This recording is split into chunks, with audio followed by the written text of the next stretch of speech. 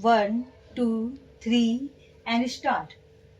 The writ petitioner had taken a loan for purchasing pumping set, and as the said loan was not repaid within the stipulated time, proceedings were initiated for recovery of amount as arrears of land revenue under the Uttar Pradesh Zamindari Abolition and Land Reforms Act 1950.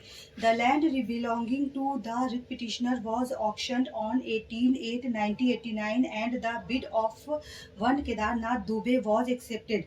The writ petitioner filed objection under Rule 285 of the Uttar Pradesh Zamindari Abolition and Land Reforms Rules 1953. The stand taken was that there was material irregularity in the service of notice as well as in conducting the sale, and thereby Rule 285 under bracket A of the rules had been violated. The said objection was rejected and the sale was confirmed.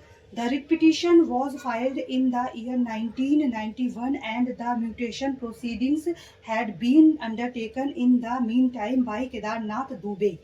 In the counter affidavit filed before the High Court, the stand taken was that the order of the concerned authority, i.e. the Commissioner Gorakhpur Division, Gorakhpur, dated 7/1/1991, clearly indicated that the plea of the writ petitioner was untenable when the amount along with interest and other dues were not paid. The bank had requested for recovery proceedings.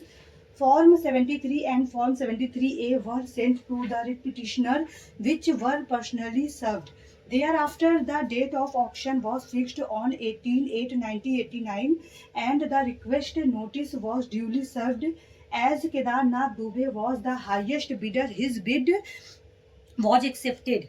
Considering the materials on record, it was found that the requisite procedure and the prescribed rules had been followed, and there was no necessity for interfering in auction. It was indicated that the loan account had already been closed on 5/2/1991, as the entire amount had been recovered by sale of the land. It was highlighted with reference to the order dated 7/1/1991 that the writ petitioner was a habitual loan taker and had defaulted on many occasions in repaying the loans. The writ petitioner filed a rejoinder affidavit stating that there was no compliance with the requirements of confirmation. The writ petitioner's stand was that he wanted to deposit the amount on 1/5/1991, but the same was not accepted, and therefore, he approached additional district magistrate to direct the Tehsildar to accept the amount. The primary stand before the High Court was that prescribed rules were not followed, and in any event, the auction sale was confirmed by the sub-divisional magistrate, who did not have the authority to confirm the sale or conduct the sale.